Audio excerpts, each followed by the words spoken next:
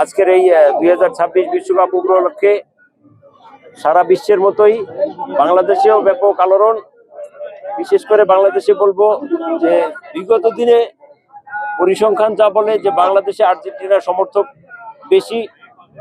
আমরা আর্জেন্টিনা দলের খেলা পছন্দ করি, আমরা আর্জেন্টিনা দলকে সমর্থন করি, যাতে তারা বিগত দিনে যেভাবে 3টি বিশ্বকাপ তারা জিতেছেন, এবারের 2026 বিশ্বকাপ তারা যেন আর কি জিততে পারে, আমরা সেই প্রত্যাশাই করি।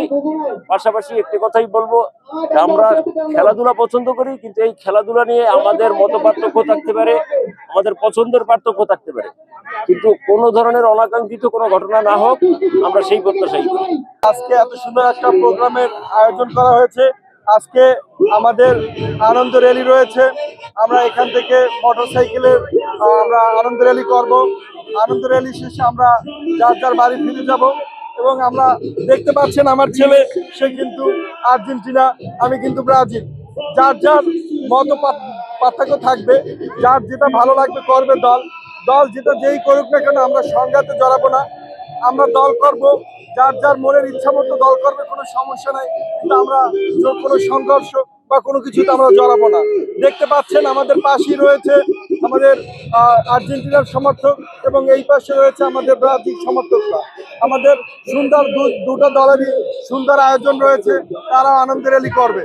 যে 2022 সালের কথা, কারণ হচ্ছে প্রথম ম্যাচটা হারার পরে কিন্তু বিশ্বকাপে এমন কোনো ম্যাচ নাই যে জিতে নাই, কারণ হচ্ছে নাটকীয়তার মাধ্যমে কিন্তু 2022 সালে আর্জেন্টিনা কাপ নিয়েছে।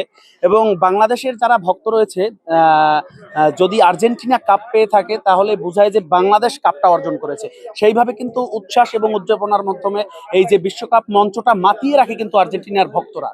আমাদের শহরের বিভিন্ন জায়গায় বড় পর্দায় খেলা দেখার ব্যবস্থা আছে, যদিও আমাদের এবারে যেহেতু আমাদের সাবকন্টিনেন্টের বাইরে খেলা হচ্ছে, একটু টাইম নিয়ে সমস্যা হচ্ছে, তারপর আমরা চেষ্টা করছি সবগুলো খেলাই বড় পর্দা দেখানোর জন্য আর কি। আমাদের আজকে আয়োজনটা হচ্ছে মেন আনন্দ র্যালি। এটা বলতে পারেন আপনি একবারে উৎসবের একটা অগ্রিম আমেজ, যে আমরা যে ভবিষ্যতেও জিতবো এবং ভালো একটা ফলাফল করবো, এটা একটা অগ্রিম আমেজ।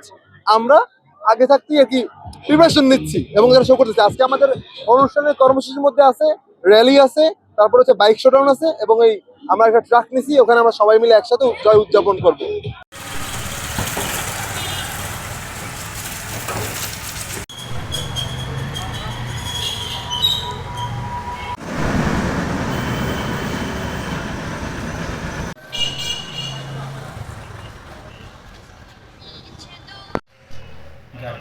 হ্যাঁ বাইকে বাইকে